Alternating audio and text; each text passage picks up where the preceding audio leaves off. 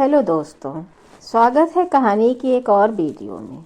नेहा आज अपने मैके आई थी अपने छोटे भाई की शादी में। क्योंकि शादी ब्याह का घर था तो सभी रिश्तेदार आ गए थे।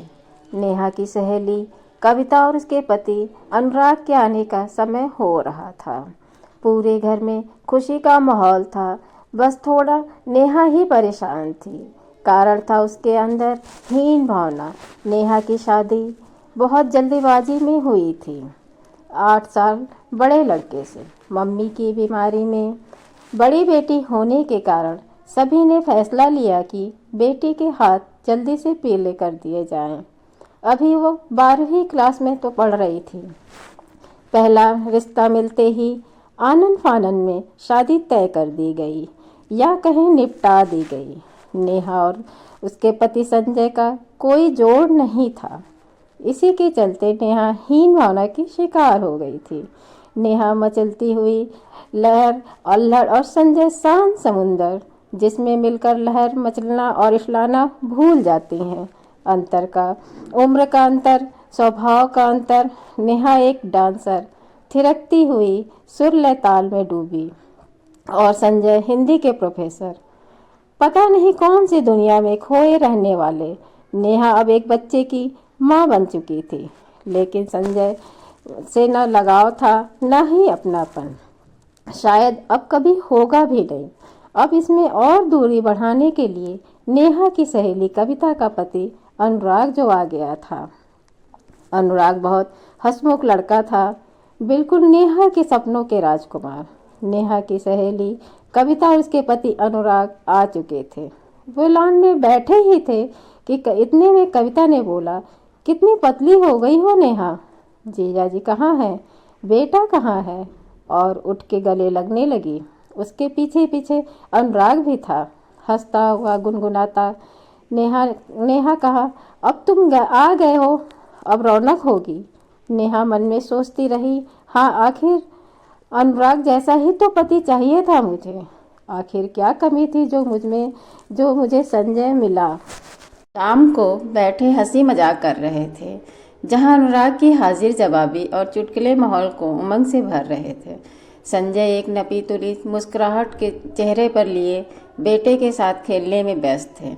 तभी नेहा के भाई ने बोला, नेहा दीदी एक डांस हो जाए। संजय को भी बुलाने लगा, पर संजय ने दूर से ही हाथ जोड़कर मना कर दिया।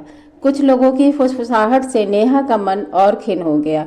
वो लोग कह रहे थे, नेहा के पति बहुत घुरमुह टाइप के लगते हैं। नेहा पलटने वाली ही थी कि कविता के पति अनुराग ने हाथ पकड़कर रोक लिया और नेहा से बोला, मैं हूँ ना आपका डांस पार्टनर। उस दिन नेहा बहुत खुलकर नाची। हालांकि नेहा को अपनी सहेली की किस्मत से थोड़ी ईर्ष्या भी हुई। सबके बहुत कहने पर संजय गाना गाने के लिए तैयार हुए। यह सुनकर नेहा की तो हालत ही खराब हो गई। उसे लगा आज तो नाक कटवा देंगे ये, लेकिन नेहा हतप्रभ रह गई जब संजय गाना शुरू किया। मैंने तलाश ली है तुम्हारी नम में भी मैं अपनी खुशी, अगर तुम चाहो तो बात होगी और भी। सब मन से सुन रहे थे। गाना खत्म होते ही पूरा आंगन तालियों से गूंज उठा। नेहा की मम्मी ने आकर इनकी नज़र उतारी तो संजय शर्माने लगा। आज नेहा को संजय कुछ अलग ही लग रहे थे। सभी अपने रूप में सोने चले गए और नेहा कविता के साथ छत पर अपने जीवन की बात कर रही थी। नेहा बोली, कितने सालों बाद हम मिले हैं, मुझे बहुत अच्छा लगा। लेकिन कविता कुछ सोच रही थी। फिर नेहा से बोली, यार नेहा, तुम्हारे और जिया जी के बीच में सब सही चल रहा है ना। नेहा ने डर के लंबी सांस लेकर कहा, हाँ, पर तुम्हारे जैसा परफेक्ट पति तो नहीं है यार। पर क्यों पूछ रही हो। कविता कहने लगी, आज जब जिया जी गा रहे थे मुझे लगा कि तुम्हारे लिए गाना गा रहे हैं। मुझे लगा तुमने मन से स्वीकारा नहीं है। ऐसा है क्या। नेहा चौंक गई। इसने मुझे समझा लिया। कैसे समझ लिया, ये तो बहुत अंदर की बात है। फिर नेहा ने खुलकर बता ही दिया, यार कविता, हमारे बीच उम्र का फ़र्क है। हमारे प्रोफेसर साहब कुछ ज़्यादा ही गंभीर हैं। क्या बोलूँ, तुम नहीं समझोगी। तुम लोग तो लवर हो। कविता ने कहा, कंधे पर सिर रखकर चुपचाप बैठी रही। फिर बोली, यार नेहा, जिसको जो नहीं मिलता वही अच्छा लगता है। जीजा जी की गंभीरता उन्हें लाखों में एक बनाती है। तुम्हें ये जो अनुराग की चंचलता स्टाइल पसंद है ना, मुझसे पूछ कितना मुश्किल होता है कभी कभी। नेहा आश्चर्य से कविता को देख रही थी। वो सोचने लगी, ऐसा कैसे हो सकता है। फिर कविता ने बात आगे बढ़ाई, अपने ही सजने संवरने से इनको फुर्सत नहीं मिलता, कभी मेरी ओर ध्यान नहीं देते। मैं बुखार से मर जाऊं, कभी हाल तक नहीं पूछता अनुराग।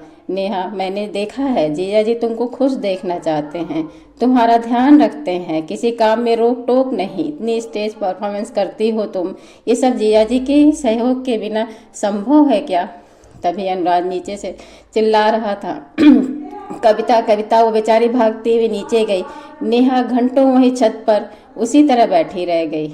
एक एक घटना उसके सामने घूम रही थी। संजय का प्यार, देखभाल, समझदारी।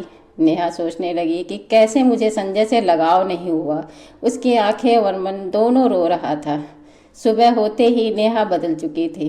पूरा घर फूलों से सजाया जा रहा था। उसकी महक नेहा के अंदर भर आई थी।